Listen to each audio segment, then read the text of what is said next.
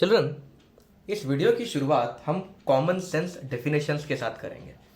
कुछ ऐसी डेफिनेशंस जो बहुत ही कॉमन सेंस है और बहुत ही आसान है। तो पहली चीज है linear charge density. Linear charge density होती है चार्ज पर यूनिट लेंथ, और इसे लैम्डा से डिनोट किया जाता है। तो सपोज कोई ऐसी लंबी सी चीज है जैसे कोई वायर, उस पर चार्ज है Q और उसका लेंथ है, वायर का लेंथ है L। तो लीनियर चार्ज डेंसिटी क्या हो जाएगी? Charge upon length. Linear charge density को लैम्डा से डिनोट करते हैं। सो linear charge density is charge per unit length, और ये अगर कोई वायर जैसी चीज है तो उसके लिए काम आती है। एरिया चार्ज डेंसिटी बड़ा ही कॉमन सेंस है। अगर कोई ऐसी शीट है आपके पास, इस शीट के पास कुछ एरिया है, उस एरिया में चार्ज है Q, तो चार्ज Q है और एरिया A है, तो एरिया चार्ज डेंसिटी सिग्मा से भी डिनोट किया जाता है इसे। It is defined as charge per unit area. Children, area charge density को सरफेस चार्ज डेंसिटी भी कहा जाता है। तो एरिया चार्ज डेंसिटी और सरफेस चार्ज डेंसिटी एक ही मीनिंग है, denoted by sigma. It is the charge per unit area. Similarly volume charge density क्या होता होगा? Charge per unit volume. तो ये कुछ कॉमन सेंस डेफिनेशंस है, जैसे charge per unit length, linear charge density is charge per unit length, area charge density और surface charge density is charge per unit area, and volume charge density is charge per unit volume. तो चलिए, पिछले videos में हमने Gauss law सीखा। अब हम उस गॉस लॉ के कुछ एप्लीकेशन सीखते हैं। तो टॉपिक का नाम लिख लीजिए, एप्लीकेशंस ऑफ गॉस लॉ। तो जो पहला एप्लीकेशन है वो electric field due to infinitely long uniformly charged wire. तो हमारे पास एक बहुत ही लंबा, इनफाइनाइटली लंबा वायर है और उस पर चार्ज है। तो अब चिल्ड्रन ये डाउट पूछते हैं, सर ये इतना लंबा वायर कहाँ से आया? क्या दुनिया में कोई वायर इनफाइनाइटली लॉन्ग हो सकता है क्या? बिल्कुल नहीं, दुनिया में कोई वायर इनफाइनाइटली लॉन्ग नहीं है। तो फिर हम इनफाइनाइटली लॉन्ग वायर का इलेक्ट्रिक फील्ड क्यों निकाल रहे हैं? पागल हो गए क्या? नहीं, हम पागल नहीं हुए।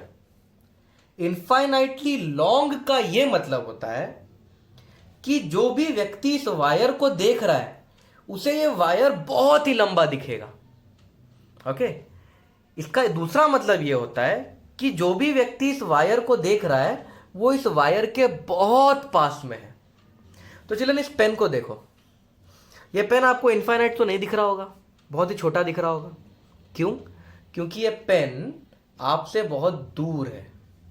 लेकिन देखो, अगर मैं इस पेन को थोड़ा पास में ले आऊं तो इस पेन का साइज बड़ा दिख रहा है। अब इस पेन का साइज और बड़ा दिख रहा है, अब इस पेन का साइज और बड़ा दिख रहा है, अब ये पेन का साइज बहुत ही बड़ा दिख रहा होगा आपको। तो चिल्ड्रन, इनफाइनाइटली लॉन्ग का मतलब है वायर इनफाइनाइट नहीं है। इनफाइनाइटली लॉन्ग का यह मतलब है कि जो ऑब्जर्वर है, जो इस वायर को देख रहा है, वो इस वायर से बहुत नजदीक है, बहुत ही पास में से इसे देखा जा रहा है, बहुत ही पास से इस वायर को देखा जा रहा है, इसीलिए वायर बहुत लंबा दिख रहा है। तो इनफाइनाइट लॉन्ग वायर का मतलब एक ऐसा वायर जिसे बहुत ही पास से देखा जा रहा हो। यानी हमें इस वायर से बहुत दूर नहीं जाना है, हमें इस पॉइंट का इलेक्ट्रिक फील्ड नहीं निकालना है, हमें इस वायर से पास में यहां कोई पॉइंट है, इसका इलेक्ट्रिक फील्ड निकालना है। तो चलो, ये एक इनफाइनाइटली लॉन्ग वायर है और यहां पे एक पॉइंट है, यहां पे हमें इलेक्ट्रिक फील्ड निकालना है। तो मैं इस्तेमाल करूंगा गॉस लॉ का। तो सबसे पहले मैं क्या करूंगा, एक गॉसियन सरफेस, एक इमेजिनरी गॉसियन सरफेस बनाऊंगा, और वो गॉसियन सरफेस कुछ इस तरीके की होगी।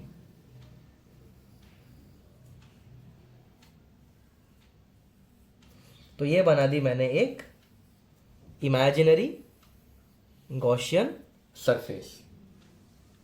अब चलिए, आप देख सकते हो ये वायर पॉजिटिवली चार्ज्ड है। क्योंकि ये पॉजिटिवली चार्ज्ड है, इलेक्ट्रिक फील्ड पॉजिटिव से दूर भागता है। तो जो इलेक्ट्रिक फील्ड होगा वो कुछ इस तरीके से दूर भाग रहा होगा।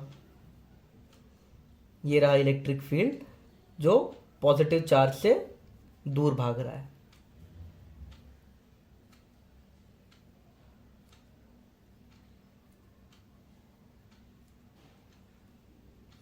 तो ये बना दिया हमने इलेक्ट्रिक फील्ड जो पॉजिटिव चार्ज से दूर भाग रहा है। अब चिल्ड्रन, मैं क्या करूंगा, मैं एक छोटा सा पीस यहां सिलेक्ट कर लेता हूं एरिया का। एरिया का बहुत ही एक छोटा सा पीस मैंने सिलेक्ट किया, और ये जो छोटू सा पीस है एरिया का, इसका डायरेक्शन यहां पे होगा। This is the direction of area. मानते हो ना? ये छोटू सा एरिया लिया और एरिया के परपेंडिकुलर, छोटू सा सरफेस लिया, इसके छोटू सा एरिया लिया, और एरिया का जो डायरेक्शन होता है वो सरफेस के परपेंडिकुलर होता है। और जो लाल कलर से बनाया ये इलेक्ट्रिक फील्ड है। तो अब पूरी सिचुएशन देखते हैं। हमारे पास एक लंबा सा वायर है, उस लंबे से वायर के ऊपर बहुत सारा चार्ज है।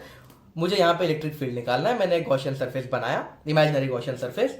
उस इमेजिनरी गॉसियन सरफेस के लिए हमने इलेक्ट्रिक फील्ड बना दिया है, और एक छोटू सा एरिया ले लिया है जिसका डायरेक्शन भी मैंने क्वेश्चन में बना के दिखा दिया है। नाउ चिल्ड्रन, गॉस लॉ ये बोलता है कि जो भी फ्लक्स होगा फाई, वो फ्लक्स होगा charge enclosed upon epsilon not. जो भी फ्लक्स है वो होगा charge enclosed upon epsilon not. और फ्लक्स को हम कैसा लिख सकते हैं? Electric field into area, correct ना? तो मैं एक काम करता हूं, फ्लक्स को लिख दिया इलेक्ट्रिक फील्ड इनटू एरिया, ये हो गया charge enclosed upon epsilon naught. अब चलिए मान लेते हैं, let lambda be the linear charge density. अभी हमने पढ़ा लीनियर चार्ज डेंसिटी क्या होता है। So let lambda be the linear charge density of wire. यानी लैम्डा क्या है? लैम्डा है total charge upon total length. तो चार्ज की क्या वैल्यू हो जाएगी? देयरफॉर चार्ज की वैल्यू हो जाएगी, therefore charge is given by lambda multiplied by length. तो ये हो गई चार्ज की वैल्यू। अब एक काम करते हैं चिल्ड्रन, यहां से लेके यहां तक जो लेंथ है उसे L मान लेते हैं। तो ये लेंथ, यहां से लेके यहां तक की लेंथ L है। और ये जो चार्ज दिख रहा है जो अंदर की तरफ है, गॉसियन सरफेस के अंदर जो चार्ज है उस पर ध्यान देना होता है। तो ये है गॉसियन सरफेस के अंदर।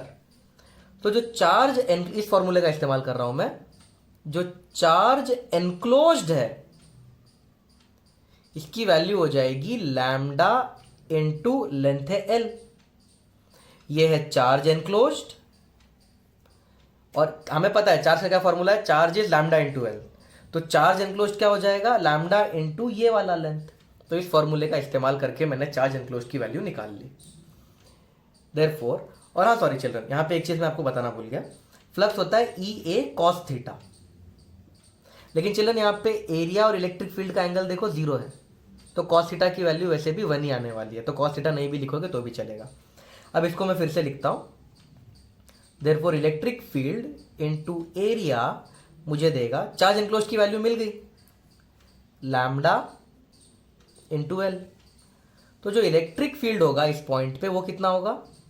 Lambda into L upon area. ये इलेक्ट्रिक फील्ड, ये जो इलेक्ट्रिक फील्ड है ये किस एरिया को क्रॉस कर रहा है, किस एरिया पे फ्लक्स जनरेट कर रहा है? ये देखो, ये जो सिलेंडर का कर्व एरिया है, कर्व सरफेस एरिया, सिलेंडर का जो कर्व्ड सरफेस एरिया है इसे क्रॉस कर रहा है। इलेक्ट्रिक फील्ड किसको क्रॉस कर रहा है? सिलेंडर के कर्व्ड सरफेस एरिया को। तो यहां पे ये एरिया फ्लक्स वाला एरिया है ना, तो कौन सा एरिया फ्लक्स में कंट्रीब्यूट कर रहा है? Curved surface area. तो what is the curved surface area of cylinder? Curved surface area of cylinder होता है 2 pi are l, where r is this distance, correct ना? आर रेडियस होता है ना, आर इज दिस डिस्टेंस, इस distance को हम आर बोलेंगे। सो एल से एल कट जाएगा, therefore what is the electric field? Lambda upon 2 pi r, और यहां पे मैं एप्सिलॉन लिखना भूल गया, very good, epsilon not, epsilon not, epsilon not. यहां पे एप्सिलॉन नॉट है ना चिल्ड्रन, तो चार्ज एनक्लोज को हमने लिख दिया lambda upon L divide by, ये एप्सिलॉन नॉट भी लिखना था, my mistake, I accept my mistake. तो चिल्ड्रन ये है electric field due to a infinitely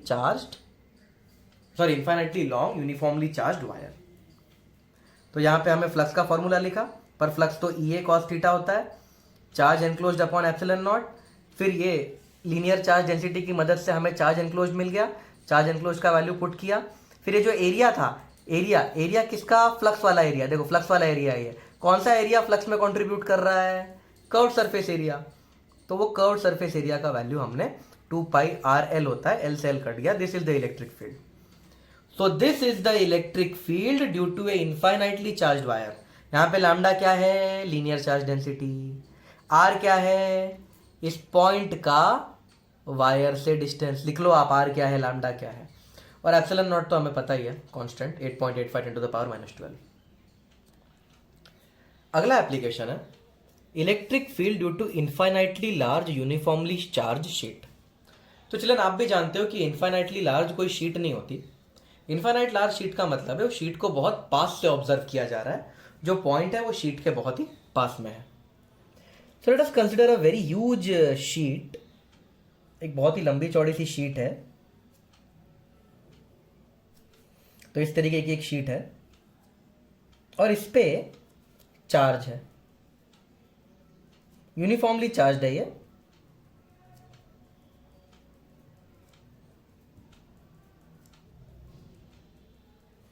तो चिल्ड्रन मान लेते हैं, चिल्ड्रन आप जानते ही हो किसी भी शीट के दो फेस होते हैं। सपोज ये शीट है तो एक फेस आगे का, एक फेस पीछे का। मान लेते हैं कि इसका जो एक फेस का एरिया है, सिर्फ ये एरिया वो ए है, तो इसका एरिया ए, इसका area A. So let A be the area of one face.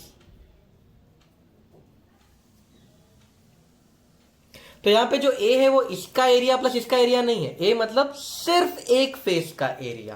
तो let A be the area of one face. और इस एरिया पे जो चार्ज है उसे क्यू ले लेते हैं। तो यहां पे जो क्यू होगा वो होगा चार्ज ऑफ वन फेस। तो अब चिल्ड्रन मुझे निकालना है इलेक्ट्रिक फील्ड, और मुझे इलेक्ट्रिक फील्ड निकालना है इस पॉइंट पे जो कि शीट से बहुत दूर नहीं है। ये पॉइंट इस शीट से बहुत दूर नहीं होना चाहिए, ये पॉइंट शीट के नजदीक होगा, तभी इस पॉइंट को ये शीट इनफाइनाइटली लार्ज लगेगी। तो मुझे यहां पे इलेक्ट्रिक फील्ड निकालना है और ये पॉइंट बहुत ज्यादा दूर नहीं है।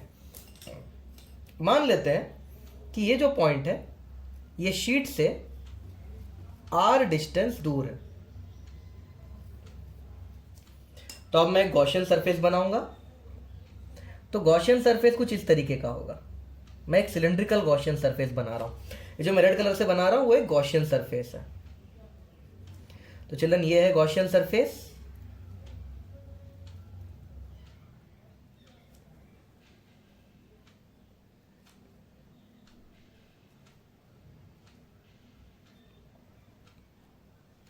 तो ये रही गॉसियन सरफेस।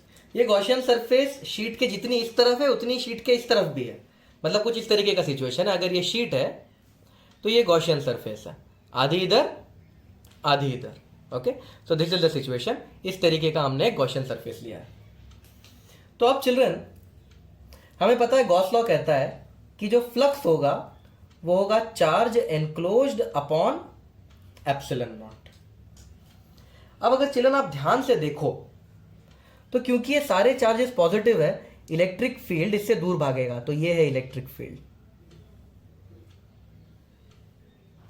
अब देख सकते हो कि जो इलेक्ट्रिक फील्ड है वो इस तरह से दूर भाग रहा है पॉजिटिव चार्जेस से। नाउ ये हमने गॉस लॉ लगा दिया और इलेक्ट्रिक फील्ड दूर भाग रहा है, ये हमें पता चल गया। अब चार्ज एनक्लोज कितना है, देखो चार्ज एनक्लोज तो ये है। इतने एरिया में जो भी चार्ज है वो चार्ज इस गॉसियन सरफेस ने एनक्लोज करके रखा है। तो देखो ये चार्ज गॉसियन सरफेस ने एनक्लोज नहीं किया, ये चार्ज गॉसियन सरफेस ने एनक्लोज नहीं किया। गॉसियन अगर इस तरह की सिचुएशन है तो गॉसियन सरफेस ने तो सिर्फ यहां जो चार्ज है उसे एनक्लोज करके रखा है। देखो तो यहां पे जो चार्ज है वो चार्ज एनक्लोज्ड है। अब उसकी वैल्यू कैसे निकालें, उसकी वैल्यू ऐसे निकाल सकते हैं। ए एरिया पे क्यू चार्ज है, ए एरिया हैज क्यू चार्ज। और ये क्या है, ये किसका एरिया है? ये तो एरिया ऑफ सर्कल है। This is area of circle. तो यहां से लेके यहां तक जो रेडियस है इसका, इसे हम x मान लेते हैं। तो ये रेडियस हमने क्या मान लिया चिल्ड्रन? x। तो इस सर्कल का भी रेडियस क्या हो जाएगा? x। ये जो सर्कल है इसका एरिया x है, तो इस सर्कल का एरिया कितना है? पाई एक्स स्क्वायर। तो इस एरिया में जो चार्ज है वो चार्ज एनक्लोज्ड है। पूरे एरिया में चार्ज क्यू, इस एरिया में जो चार्ज है वो चार्ज एनक्लोज्ड है, तो यहां से चार्ज एनक्लोज्ड मिल जाएगा। Therefore charge enclosed is given by q into pi x square upon a. मैंने बस क्रॉस मल्टीप्लीकेशन किया और कोई बड़ा साइंस नहीं है, सिर्फ क्रॉस मल्टीप्लीकेशन किया है। अब चिल्ड्रन यहां ध्यान दो, ये चार्ज पर यूनिट एरिया क्या होता है? Sigma, surface charge density. तो जो चार्ज एनक्लोज्ड है उसे हम लिख सकते हैं surface charge density into pi x square. तो फिर से मैं इसको लिख देता हूं, जो फ्लक्स होगा वो होगा चार्ज एनक्लोज्ड की वैल्यू लिख देता हूं upon epsilon not. So this is the flux. अब फ्लक्स को क्या लिखा जा सकता है? Electric field into area into cos theta. अब देखो इलेक्ट्रिक फील्ड ये है और इस एरिया को देखो, इस एरिया का डायरेक्शन भी यहां पे होगा। तो जो इलेक्ट्रिक फील्ड है और एरिया है, कितना एंगल है उनमें? 0। तो ये cos 0 हो जाएगा, cos 0 तो 1 होता है। तो इसको मैं ऐसा लिख सकता हूं, therefore electric field into area is sigma into pi into x square upon epsilon not. Now children ये एरिया कौन सा है? ये फ्लक्स वाला एरिया है। कौन सा एरिया फ्लक्स में कंट्रीब्यूट कर रहा है?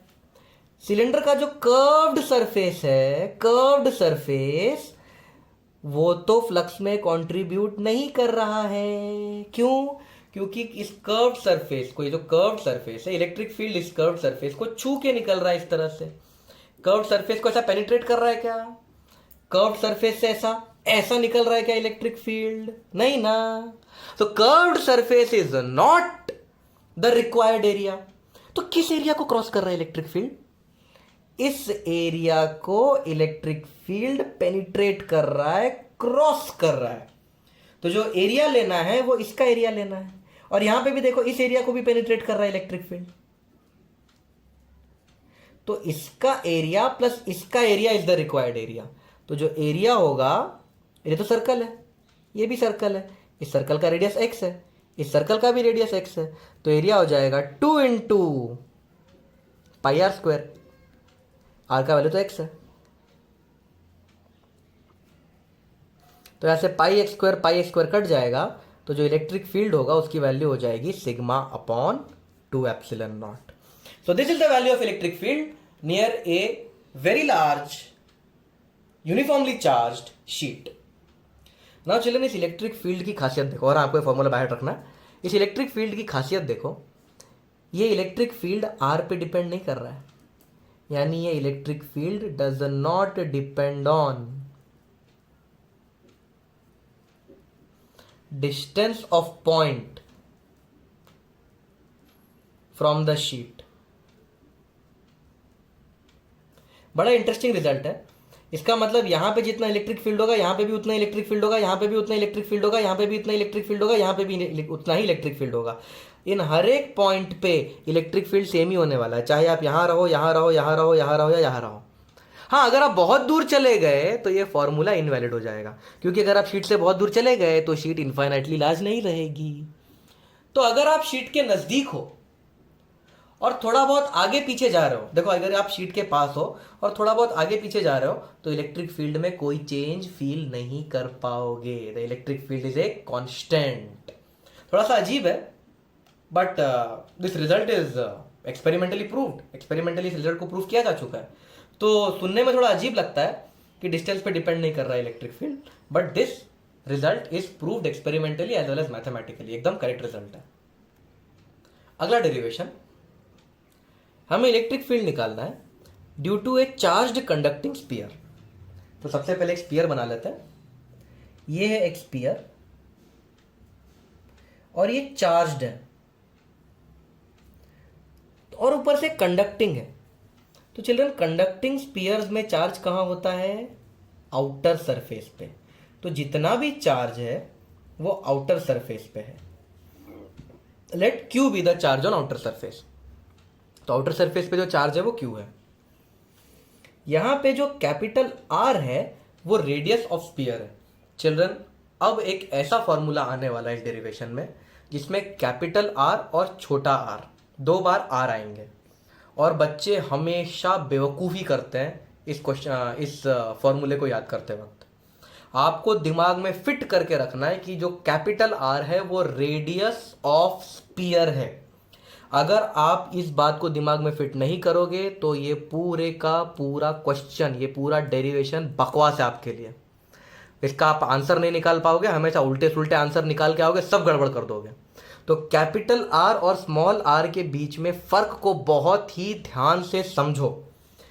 Capital R is the radius of charged sphere. दिमाग में इस बात को घुसा लो। कैपिटल आर है रेडियस ऑफ चार्ज स्पीयर। मैं एक बार फिर से कह रहा हूं, कैपिटल आर है रेडियस ऑफ चार्ज्ड स्पीयर। अब चिल्ड्रन एक काम करते हैं, अब हम एक पॉइंट लेते हैं। Let us consider a point inside this sphere. तो स्पीयर के अंदर एक पॉइंट कंसिडर करते हैं। तो फिर से मैं ये स्पीयर बना देता हूं आपके लिए। Capital R radius of sphere है चिल्ड्रन, ध्यान रखिएगा इस बात को, किसी भी हाल में इस गलती नहीं करोगे आप। Capital R radius of sphere है और ये है चार्ज। अब हमने एक पॉइंट चूज कर लिया, वो पॉइंट है यहां, एक रैंडमली पॉइंट चूज किया है और वो पॉइंट स्पीयर के अंदर है। ओके, स्पीयर के अंदर है, अंदर। इसमें भी 2 डेरिवेशन होंगे, एक अंदर और एक बाहर। बच्चे अंदर बाहर में फिर कंफ्यूज कर जाते हैं। दिमाग में घुसेड़ के रखो, इस वक्त हम अंदर के पॉइंट के बारे में बात कर रहे हैं। मुझे यहां इलेक्ट्रिक फील्ड निकालना है। तो यहां से लेके यहां तक जो डिस्टेंस है वो छोटू आर है। तो छोटू आर क्या है वो भी दिमाग में घुसेड़ लो। छोटू r is the distance of a point from the center where electric field is to be found out। तो छोटू आर क्या है? सेंटर से लेके पर्टिकुलर पॉइंट का डिस्टेंस। बड़ा आर क्या है? Radius of sphere. तो यहां पे मुझे इलेक्ट्रिक फील्ड निकालना है। अब मैं गॉस लॉ का इस्तेमाल करूंगा, मैं एक गॉसियन सरफेस बनाऊंगा। So let me draw a Gaussian surface. ये है गॉसियन सरफेस, ये रेड कलर का बना है, ये गॉसियन स्पीयर है। तो अब मैं गॉस लॉ लगाता हूं। The flux is given bye charged enclosed upon epsilon not. Flux को हम ऐसा लिख सकते हैं, electric field into area into cos theta, charged enclosed upon epsilon naught. अब इस गॉसियन सरफेस को देखो, कितना चार्ज है इसके अंदर? कुछ भी नहीं, सारा चार्ज तो बाहर है। तो चार्ज एनक्लोज कितना हो जाएगा? 0। तो the charge enclosed is 0। Therefore जो electric field into area into cos theta है कितना हो जाएगा? 0। देयरफॉर इलेक्ट्रिक फील्ड कितना हो जाएगा? अंडा। Moral of the story, charged conductors के अंदर इलेक्ट्रिक फील्ड नहीं होता। ये तो मैं आपको बहुत पहले इस चैप्टर में बता चुका हूं। इस चैप्टर के स्टार्टिंग के वीडियोस में हम ये डिस्कस कर चुके हैं कि electric field does not exist inside a charged conductor. जब हमने इलेक्ट्रिक फील्ड लाइंस की प्रॉपर्टी पढ़ी थी, इलेक्ट्रिक फील्ड लाइंस में हमने ये पढ़ा था कि एक चार्ज्ड कंडक्टर के अंदर इलेक्ट्रिक फील्ड लाइन नहीं होता। गॉस लॉ से भी ये प्रूव हो गया। तो ये मैथमेटिकल प्रूफ है इस बात का कि अगर आपके पास एक कंडक्टिंग सरफेस है, उस कंडक्टिंग सरफेस के बाहर की तरफ अगर चार्ज है तो अंदर की तरफ कोई भी इलेक्ट्रिक फील्ड नहीं होगा। ये गॉस लॉ से प्रूव हो गया है। तो एक कंडक्टिंग स्पीयर के अंदर इलेक्ट्रिक फील्ड 0 होता है। अब हम बाहर की तरफ देखते हैं बाहर कितना इलेक्ट्रिक फील्ड है। तो अब एक काम करते हैं, कंडक्टिंग स्पीयर बना देते हैं। यह है charge Q, radius of sphere है आर, और मैं यहां पे छोटू आर डिस्टेंस दूर यहां पे इलेक्ट्रिक फील्ड ढूंढना चाहता हूं। चिल्ड्रन ध्यान से देखो, सेंटर से जो डिस्टेंस होती है उसे छोटू आर कहते हैं। तो यहां पे मुझे इलेक्ट्रिक फील्ड निकालना है। गॉसियन सरफेस बना लेते हैं, spherical Gaussian surface.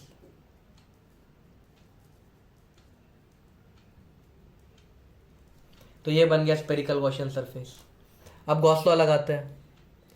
The flux is given by charge enclosed upon epsilon not. पूरा का पूरा चार्ज एनक्लोज हो गया। देखो गॉसियन स्फीयर के अंदर पूरा का पूरा चार्ज एनक्लोज्ड हो गया। तो जो फ्लक्स हो जाएगा वो है complete charge upon epsilon not.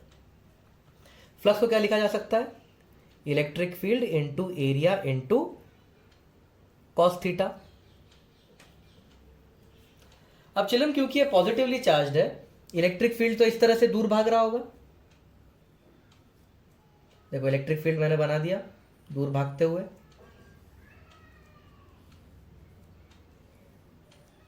और चिल्ड्रन देखो हर जगह इलेक्ट्रिक फील्ड परपेंडिकुलर है, सरफेस से परपेंडिकुलर। देखो सरफेस से परपेंडिकुलर है, सरफेस से परपेंडिकुलर है। अगर ये सरफेस से परपेंडिकुलर है तो इस एरिया का डायरेक्शन किधर होगा? एरिया का डायरेक्शन एरिया के परपेंडिकुलर होता है। तो ये इलेक्ट्रिक फील्ड है और ये डायरेक्शन ऑफ एरिया है। दोनों के बीच का एंगल 0, तो कॉस थीटा का वैल्यू 0। तो electric field into area is equals to Q by epsilon naught. Cos 0 का वैल्यू 1 होता है, तो कॉस 0 इज 1। अब किस एरिया को ये इलेक्ट्रिक फील्ड कट कर रहा है? इसका फ्लक्स निकाल रहे हैं ना हम लोग। गॉसियन सरफेस ये है, इसका फ्लक्स निकाल रहा है। तो इस एरिया को इलेक्ट्रिक फील्ड कट कर रहा है, तो इसका एरिया लिखेंगे। इसका एरिया कितना होता है? What is the area of sphere? 4 pi छोटू आर स्क्वायर। मैं ये गॉसियन सरफेस नहीं है चिल्ड्रन, गॉसियन सरफेस ये है, इसका फ्लक्स निकाल रहे हैं, तो इसका area. Therefore, what is the electric field? Q divide by 4 pi epsilon naught R square. ये इलेक्ट्रिक फील्ड हो जाएगा। चलिए 4 पाई एप्सिलॉन नॉट क्या है? 1 अपॉन 4 पाई एप्सिलॉन नॉट के। तो this is the electric field outside a charged conducting sphere. जरा इसको ध्यान से देखो, ये formula electric field due to a point charge जैसा नहीं दिख रहा है? बिल्कुल दिख रहा है। तो यहां से हम इस फॉर्मूले को देख के हम एक कंक्लूजन और ले सकते हैं। This entire charge Q can be considered at the centre if we want to find the electric field outside the sphere. जो पूरा का पूरा चार्ज क्यू है, इसे अगर हम सेंटर पे भी मान लें तब भी हमें ये रिजल्ट मिलेगा। ये electric field due to a point charge का भी फॉर्मूला है ना। तो जो पूरा चार्ज है उसे हम पॉइंट चार्ज सेंटर पे मान सकते हैं। तो this entire charge Q can be considered to be concentrated at the centre when we find the electric field outside the sphere. तो ये बात आप लिख लो, अभी अभी मैंने जो बोला उसे पूरी तरह से लिख लो, ठीक है। तो इतना इलेक्ट्रिक फील्ड बाहर होगा, बाहर की तरफ। तो this is the electric field outside, और इलेक्ट्रिक फील्ड इनसाइड हमने देख लिया था कितना था? 0। अब चिल्ड्रन इसका ग्राफ बनाते हैं। इसका ग्राफ बाय हार्ट रखना चिल्ड्रन, बहुत बहुत काम का ग्राफ है। हजारों बार नीट और जेडब्ल्यू में इसका ग्राफ आ चुका है, जबरदस्त इंपॉर्टेंट है इसका ग्राफ। ग्राफ बना रहा हूं मैं electric field versus distance from centre. तो चिल्ड्रन अगर आप स्फीयर के अंदर हो तो इलेक्ट्रिक फील्ड 0, तो अगर आप स्फीयर के अंदर हो तो इलेक्ट्रिक फील्ड 0। जब छोटू आर बड़ा आर के इक्वल हो जाएगा, यानी कि ये देखो इस वक्त आप स्फीयर के अंदर हो, अब भी स्फीयर के अंदर हो, अब भी स्फीयर के अंदर हो, अब भी स्फीयर के अंदर हो, अब आप स्फीयर के सरफेस पे पहुंच चुके हो। जब छोटू आर और बड़ा आर सेम हो जाएंगे तो मैं स्पीयर के सरफेस पे रहूंगा, करेक्ट ना। जब छोटू आर और बड़ा आर सेम हो जाएंगे, I am actually at the surface of sphere. तो जब छोटू आर की वैल्यू कैपिटल आर हो जाएगी, तब हम इसके सरफेस पे रहेंगे, और तब जो इलेक्ट्रिक फील्ड रहेगा वो होगा के क्यू बाय, क्योंकि छोटू आर कैपिटल आर के इक्वल है, यहां पे आर स्क्वायर आएगा। ओके, तो अगर छोटू आर कैपिटल आर के इक्वल हो गया तो इलेक्ट्रिक फील्ड का फॉर्मूला हो जाएगा के क्यू बाय आर स्क्वायर। ठीक से समझो क्या चल रहा है, दिमाग लगाओ। यहां पे बच्चे कंफ्यूज हो जाते हैं, पागल हो जाते हैं छोटे से फालतू से पॉइंट के पीछे। जैसे ही छोटू आर बड़े आर का इक्वल हो जाएगा, हम सरफेस पे आ जाएंगे, यानी हम आउटसाइड वर्ल्ड पे आ गए हैं। हम आउटसाइड पे आ गए हैं तो फॉर्मूला ये लगेगा, यहाँ पे छोटू आर बड़े आर का इक्वल है। तो जैसे ही छोटू आर बड़े आर के इक्वल होता है, इलेक्ट्रिक फील्ड इतना बन जाता है। तो जब तक अंदर थे तब तक इलेक्ट्रिक फील्ड जीरो था, जब तक आर की वैल्यू छोटी थी तब तक इलेक्ट्रिक फील्ड जीरो था। जैसे ही आर कैपिटल आर के इक्वल हो गया, इलेक्ट्रिक फील्ड हो गया के क्यू बाय आर स्क्वायर। तो इलेक्ट्रिक फील्ड हो गया के क्यू बाय आर स्क्वायर। अब आप और आगे जाओगे और आगे जाओगे और आगे जाओगे तो ये आर की वैल्यू बढ़ती जाएगी, क्योंकि डिनोमिनेटर बढ़ता जा रहा है, इलेक्ट्रिक फील्ड की वैल्यू छोटी होती जाएगी। और इलेक्ट्रिक फील्ड धीरे धीरे, और देखो इनवर्स प्रोपोर्शन है, इनवर्स प्रोपोर्शन में ग्राफ रेक्टेंगुलर हाइपरबोला बनता है, इस तरीके का ग्राफ बनेगा। तो this is the graph for electric field due to a conducting sphere. तो जब तक आप अंदर हो तब तक जीरो इलेक्ट्रिक फील्ड, सरफेस पे पहुंच गए तो के Q by capital R square, और जैसे जैसे आप और आगे जा रहे हो इलेक्ट्रिक फील्ड कम होते होते होते होते होते इन्फाइनाइट पे जीरो हो जाएगा। ये ग्राफ को याद रखना आपको, बहुत super duper duper important graph है। JEE नीट में तो इतनी बार आ चुका है ग्राफ जिसकी हद नहीं। AIPMT, नीट, IIT, हर एक एग्जाम में ये ग्राफ आ चुका है। यकीन नहीं है तो पुराने पेपर्स खोल के देख लो। तो हमने इलेक्ट्रिक फील्ड निकाला कंडक्टिंग स्फीयर की मदद से। अब हम इलेक्ट्रिक फील्ड निकालेंगे नॉन कंडक्टिंग स्फीयर के आसपास। तो एक नॉन कंडक्टिंग स्फीयर है और वो यूनिफॉर्मली चार्ज्ड है। जब मैं कहता हूं यूनिफॉर्मली चार्ज्ड, तो मेरा मतलब है कि चार्ज उसके अंदर बराबर बराबर हर जगह फैला हुआ है। चार्ज क्यू पूरी तरह से फैला हुआ है।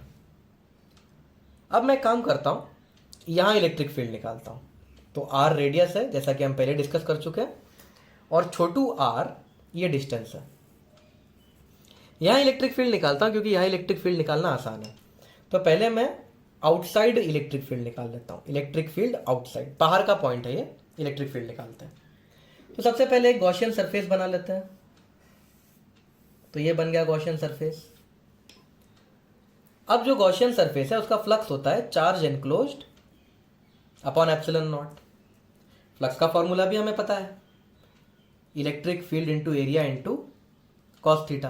पूरा का पूरा क्यू चार्ज अंदर की तरफ एनक्लोज्ड है, तो पूरा का पूरा क्यू चार्ज अंदर है। अब इलेक्ट्रिक फील्ड इंटू एरिया, अब पहले भी हम देख चुके हैं, इलेक्ट्रिक फील्ड ऐसा बाहर की तरफ जाएगा, ये सरफेस है, सरफेस का एरिया भी बाहर होगा, एंगल फिर से जीरो ही आने वाला है, ये तो हम पहले भी देख चुके हैं। तो कॉस जीरो का वैल्यू 1 होता है, और फ्लक्स हम इसका निकाल रहे हैं तो एरिया भी इसका ही आएगा, 4 पाई छोटू आर स्क्वायर।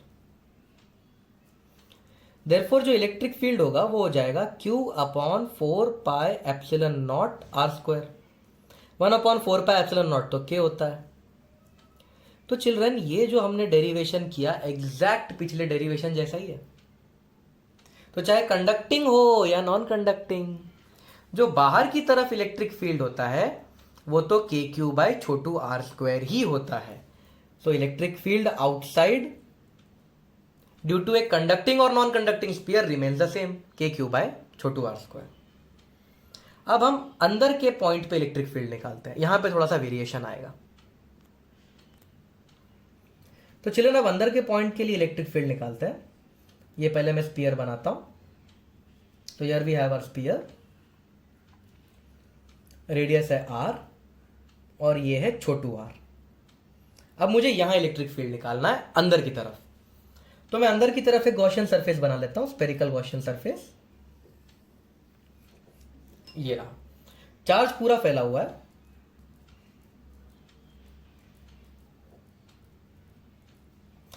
तो अब चिल्ड्रन, क्योंकि ये हमारा गॉसियन सरफेस है, this is our Gaussian surface, तो इसके अंदर के चार्ज में मुझे इंटरेस्ट है, I am interested in this charge. तो सबसे पहले इसके अंदर कितना चार्ज है वो निकालते हैं। इस पूरे स्पीयर का वॉल्यूम है 4/3 पाई आर क्यूब, और इस पूरे स्पीयर में क्यू चार्ज फैला है, पूरे स्पीयर के वॉल्यूम में क्यू चार्ज फैला है। अब ये छोटा स्पीयर है, छोटे स्पीयर का वॉल्यूम है 4/3 पाई छोटू आर क्यूब, और इसमें जो चार्ज फैला है उसे हम क्यू एनक्लोज्ड कहते हैं। तो ये है चार्ज एनक्लोज्ड, यहां से क्यू एनक्लोज्ड मिल जाएगा। Therefore q enclosed is equals to q into, मैं क्रॉस मल्टीप्लाई कर रहा हूं, 4/3 पाई छोटू are cube upon, children simple 7th standard cross multiplication चालू है, अगर आपको ये भी नहीं आता है तो आप बहुत मुसीबत में हो। देयरफॉर जो चार्ज एनक्लोज्ड है वो हो जाएगा छोटू आर अपॉन बड़ा आर और दोनों का क्यूब। तो this is the charge enclosed. अब हम जानते हैं कि जो फ्लक्स होता है वो होता है charge enclosed upon epsilon not. Flux हमें पता है फिर से electric field into area into cos theta, और वो कॉस थीटा फिर से 1 होने वाला है। ये हो जाएगा charge enclosed upon epsilon not. Therefore जो इलेक्ट्रिक फील्ड हो जाएगा, चार्ज एनक्लोज्ड की वैल्यू डाल देता हूं मैं, चार्ज एनक्लोज्ड की वैल्यू हो जाएगी कैपिटल क्यू छोटू R by capital R cube. तो चार्ज एनक्लोज्ड की वैल्यू डाल रहा हूं, कैपिटल क्यू छोटू आर क्यूब बड़ा आर क्यूब एप्सिलॉन नॉट। तो क्यू एनक्लोज्ड की वैल्यू डाल दी, एप्सिलॉन नॉट डाल दिया, और ये जो एरिया है इसको यहाँ नीचे पहुंचा देते हैं। एरिया किसका लेंगे? गॉसियन सरफेस का। गॉसियन सरफेस का एरिया कितना है? 4 पाई छोटू आर स्क्वायर।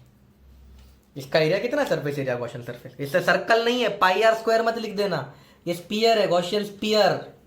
तो गॉसियन स्पीयर का एरिया कितना होगा? 4 पाई छोटू आर स्क्वायर। तो जो इलेक्ट्रिक फील्ड होगा वो बन जाएगा क्यू, ये आर स्क्वायर से क्यूब कट जाएगा, बचेगा सिर्फ R upon 4 pi epsilon naught बड़ा आर क्यूब। तो जो इलेक्ट्रिक फील्ड बनेगा वो बनेगा 1/4 पाई एप्सिलॉन नॉट को के लिख देता हूं, के q r by r cube. This is the electric field inside. तो the electric field inside a non conducting uniformly charge sphere is this. अब ग्राफ बनाते हैं, ये ग्राफ भी कई बार आ चुका है एग्जाम में। तो जब तक आप अंदर हो तब तक electric field direct proportion to R है। देखो, electric field direct proportion to R. तो जब तक आप अंदर हो तब तक इलेक्ट्रिक फील्ड डायरेक्ट प्रोपोर्शन, और डायरेक्ट प्रोपोर्शन होता है straight line, E directly proportional to R, straight line बनेगा। जैसे ही आप बाहर आ जाओगे, इलेक्ट्रिक फील्ड आउटसाइड का भी फॉर्मूला लिख देता हूं, और हाँ, ये आपको याद होना चाहिए इनसाइड आउटसाइड का फॉर्मूला। इलेक्ट्रिक फील्ड आउटसाइड का भी फॉर्मूला लिख देता हूं,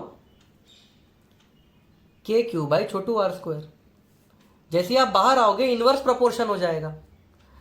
तो जब तक आप अंदर हो तब तक स्ट्रेट लाइन, जब आप बाहर आ जाओगे तो आप रेडियस से आगे आ गए ना, तो ये रेक्टेंगुलर हाइपरबोला बनके इस तरह से ग्राफ बनेगा। तो this is the graph due to electric field created by a uniformly charge non conducting sphere. तो चिल्ड्रन, एंड में आपके लिए मैंने एक समरी बना दी है। अगर एक कंडक्टिंग स्फीयर लोगे और इलेक्ट्रिक फील्ड बाहर की तरफ निकालना है तो फॉर्मूला आएगा के क्यू बाई छोटू आर स्क्वायर, और कंडक्टिंग स्फीयर में अंदर की तरफ इलेक्ट्रिक फील्ड 0 माना जाएगा। अगर एक नॉन कंडक्टिंग स्फीयर है तो बाहर की तरफ जो इलेक्ट्रिक फील्ड होगा वो के क्यू बाई छोटू आर स्क्वायर होगा, और अंदर की तरफ जो इलेक्ट्रिक फील्ड होगा वो के क्यू छोटू आर बाई बड़ा आर क्यूब होगा। ये चारों फॉर्मूलेज याद कीजिए, अंदर के फॉर्मूले, बाहर के फॉर्मूले, कंडक्टिंग के लिए, नॉन कंडक्टिंग के लिए। अगले वीडियो में हम इनके न्यूमेरिकल्स देखेंगे। तो अगर ये फॉर्मूला याद नहीं है तो तकलीफ हो जाएगी, ये सारे फॉर्मूलाज याद कीजिए।